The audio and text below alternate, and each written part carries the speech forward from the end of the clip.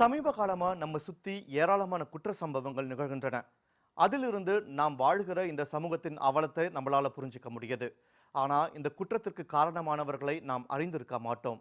இந்த கொடூரம் நிகழ்ந்ததற்கு என்ன காரணம் என்பதை தோலுரித்து காட்டவே இந்த நிகழ்ச்சி. மாலை முரசு வழங்கும் குற்றப்பிரிவு, சமூக விரோதிகளின் எதிரி யாரும் கண்டிராத கோணத்தில்.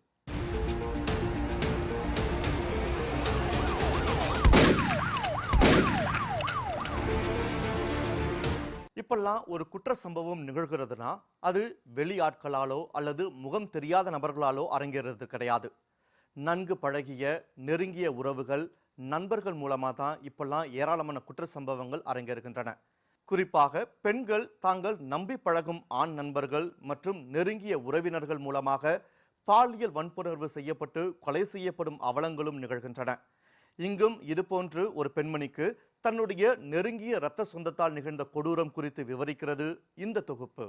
கடந்த 14ஆம் தேதி இரவு 8 மணிக்கு சென்னை சாஸ்திரி நகர் காவல் நிலையத்திற்கு அழைப்பு விடுத்த பொதுமக்கள் பெசன் நகர் எலியாட்ஸ் ரோடு 6வது அவென்யூவில் உள்ள ஒரு பங்களாவில் ஒருவர் இரத்த வெள்ளத்தில் இறந்து கிடப்பதாக கூறினார்கள். இதனையடுத்து சம்பவ இடத்திற்கு விரைந்தது உதவி ஆணையர் தலைமையிலான காவல்துறை.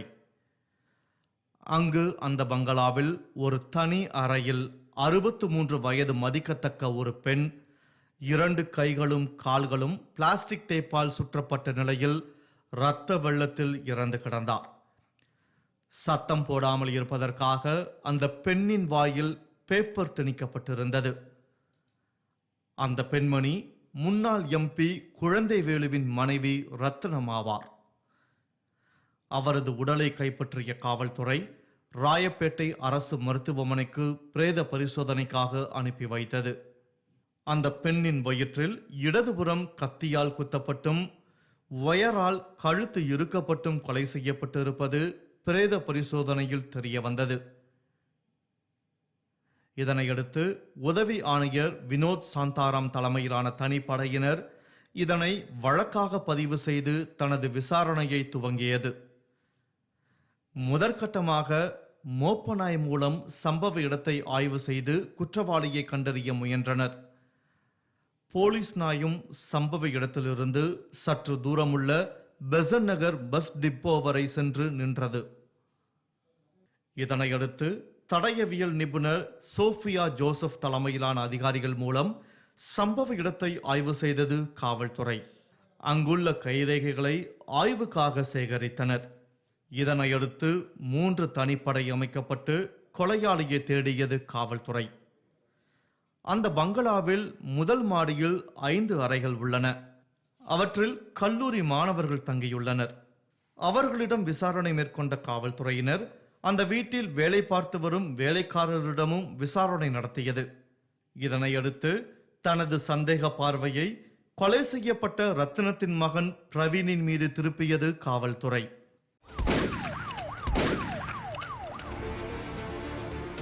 இப்பெல்லாம் கொலை கொள்ளை என்பது நாம் அன்றாடம் கடந்து செல்லும் ஒரு செய்தியாக மாறிவிட்டது. ஆனால் அதனுள் ஒளிந்திருக்கும் உண்மை, அந்த கொலைக்கான காரணம் ஏராளம். இங்கும் இந்தளவு கொடூரமாக கொலை செய்யப்பட்ட அந்த பெண்மணி யார்? கொலையாளி என சந்தேகிக்கப்படும் அவரது மகன் யார்? காண்போம் குற்றப்பிரிவில்.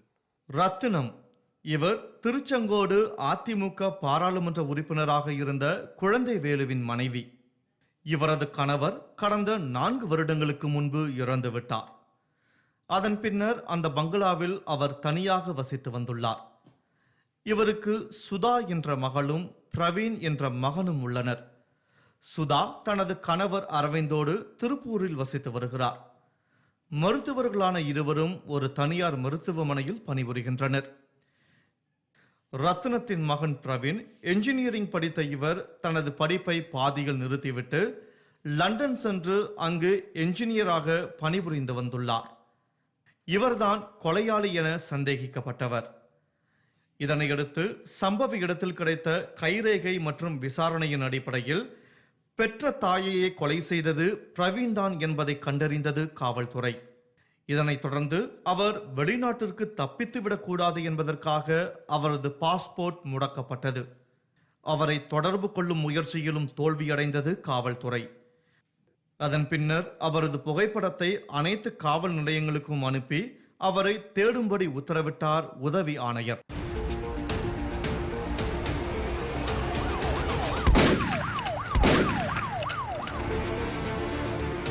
பிரவீன் கடந்த ஆண்டு ஒரு பெண் மற்றும் குழந்தையோடு வந்து தனது தாயிடம் இவர்கள் தன்னுடைய மனைவி மற்றும் குழந்தை என்றும் தனக்கு 2 ஆண்டுகளுக்கு முன்பு காதல் திருமணமானதாகவும் கூறியுள்ளார்.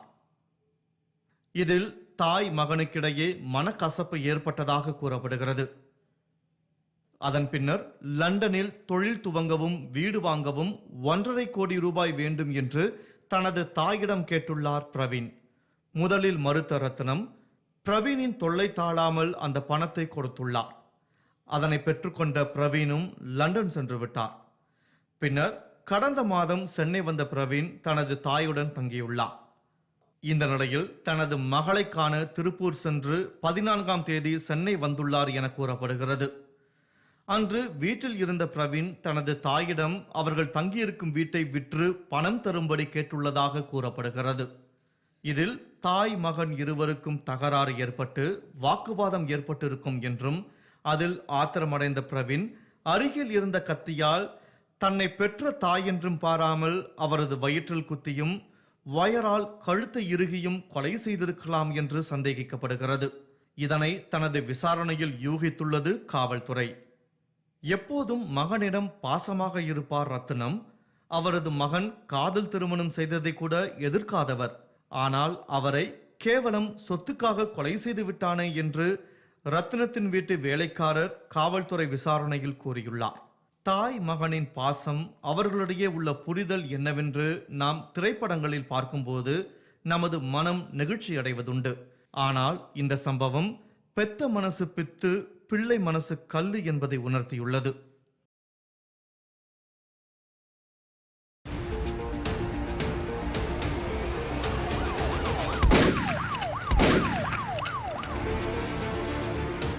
என்னதான் பெற்றோர் தங்களுடைய பிள்ளைகளை அன்பும் பாசமும் ஊட்டி வளர்த்தாலும் தங்களுக்கு தேவை என்று வந்ததும் பாரபட்சமின்றி கொலை செய்யவும் முயல்கின்றனர்.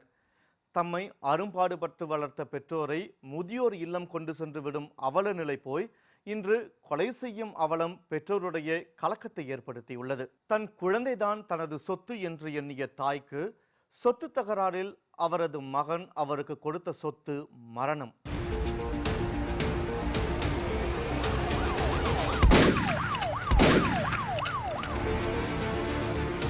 மீண்டும் இது போன்ற ஒரு குற்ற சம்பவம் மூலம் சமூக அவலங்களை தோலுரிக்க உங்களை சந்திக்கிறேன். இது குற்றப்பிரிவு. சமூக விரோதிகளின் எதிரி யாரும் கண்டிராத கோணத்தில். நான் வினோத் பால் சோலமன்.